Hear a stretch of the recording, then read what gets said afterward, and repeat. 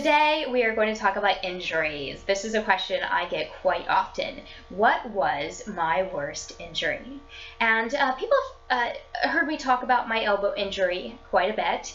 Also my hamstrings. I think that's less talked about, but it's something that stands out in my mind because a hamstring pull is so devastating for a gymnast because you're constantly doing splits, you're constantly accelerating and decelerating on vault, and you can't do any of those things. And you have to lay off. I mean, that's the biggest thing, is just don't use it for it to heal up. You can't put a cast on it and work around it as easily. So it was a lot of uneven bars and not much else. And that's really hard when you're on the sidelines, you're benched, and you're having to watch everyone else get better and work new skills and work new routines and go to competitions, and you're sitting there.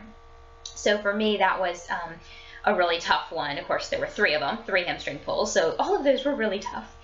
I think also my elbow injury, and again, I do talk about that one a lot because it is a time in my career and in my life that I look back to often when I'm facing a challenge, I'm facing an obstacle, especially when it's physical. I look back and I think, okay, this was what I thought was a career-ending issue, and somehow, by the grace of God, I got through it. And I actually came out ahead of the game. I came out a stronger, more flexible, hungrier athlete. I knew that this is what I wanted to do with my career. And so I think it's really important when you go through these injuries to really try as much as possible to keep that positive attitude and to really find that silver lining every step of the way. Yes, you may have to take some time off, but you can be ahead of the game in the end. I had to really focus on strength and flexibility because that's all I could do. I couldn't use my left arm, so I couldn't do routines, I couldn't do skills, I couldn't go to a competition.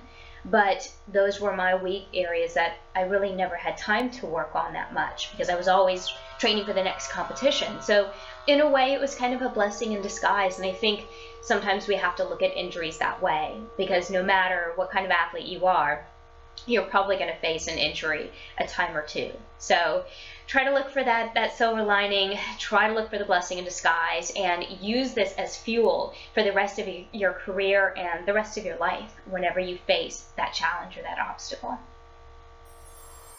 Thanks so much for watching, and of course you can watch more videos below.